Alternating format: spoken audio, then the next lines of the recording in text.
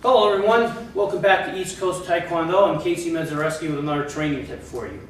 Today we're going to go over how to do high block. But first I'd like to invite everyone to click our subscribe button down below. Please like this video and please also check us out on Facebook, Instagram, and Twitter so you can keep up to date with everything that has to do with East Coast Taekwondo.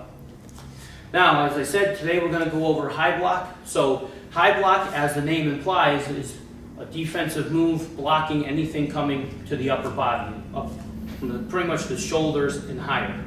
When you do high block, you're going to come in down by the hip. I'm going to block with my left hand right now. I'm going to wind up by reaching down by my left hip. I step out and I want to get into a nice strong front stance, because if the guy coming at me is coming at me with all his body weight and mass, I need a strong stance to be able to intercept and absorb that impact.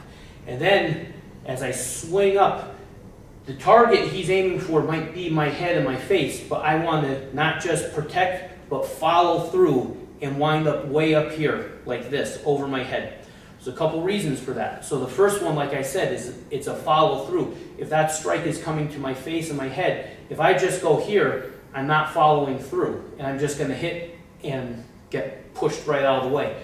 I need to meet his attack with basically my own attack, my own strike. So just like if I'm breaking boards, I have to follow through. If I'm blocking, I have to follow through all the way like this. So now I have a cushion here between my head and my arm. By the time I come up here, that motion pushing out like this and him pushing back into me, there's a cushion and a buffer. So my hand, probably as I hit and make contact, is going to stop. It might come down a little bit. At least I have a buffer between my head and him.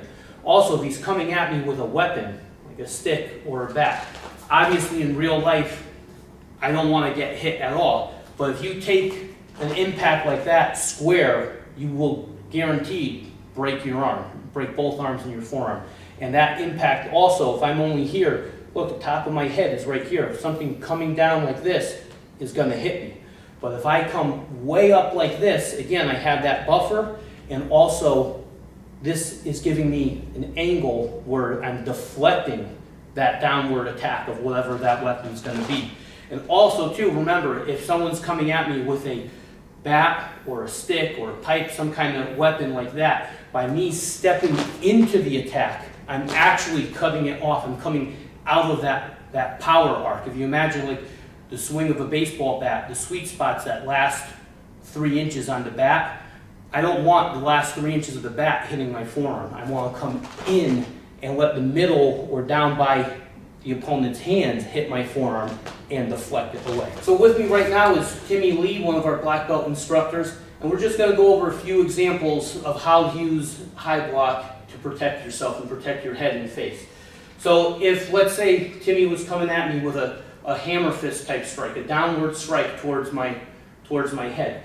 As he comes in to swing, I'm coming in to meet it like this. And again, look, I have this cushion between this gap between my head and my arm. So this way, as he hits in real life with all of his might and all of his weight, my hand's going to give a little bit, it's going to come down.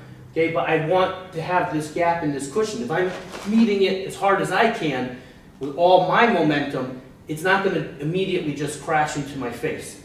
If I'm right here, though, and he comes in, I'm going to get hit my own arm into my face. Also, if you look, as I do this, or if I come to the other side, so you can see on the camera, the angle, now this can slide off, as opposed to taking it square like that. I don't want to take it 90 degrees. If you notice, when I step in, I'm also in a nice front stance. I'm at the moment of impact, I'm trying to lock my leg. I'm bracing for that impact. And I'm not staying here forever. This is just a split second in the fight. The fight is very fluid and dynamic. I'm not here the entire time. I'd be here, and then I'm moving right away into something else. I can come right into the elbow. I can come into a knee, elbow, chop. There's always something I'm doing. I'm not staying in a front stance permanently in the fight. I just want to be there for a split second. If he came with a punch towards my face, I can still high block it away. I can actually block and push up and away. I don't have to stay right here. Block up and away, clearing that arm, and I can counter with a punch, I can move in, strike again.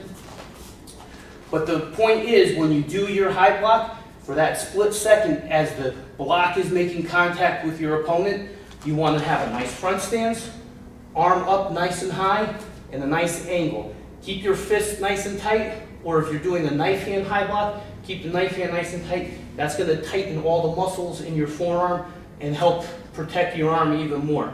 If your muscles are loose and your arm's kind of loose and weak, there's more chance for injury of breaking a bone. If you tighten all the muscles around the bone, now it's like that bone is wrapped with a nice tight padding. There's all this meat is going to be tight.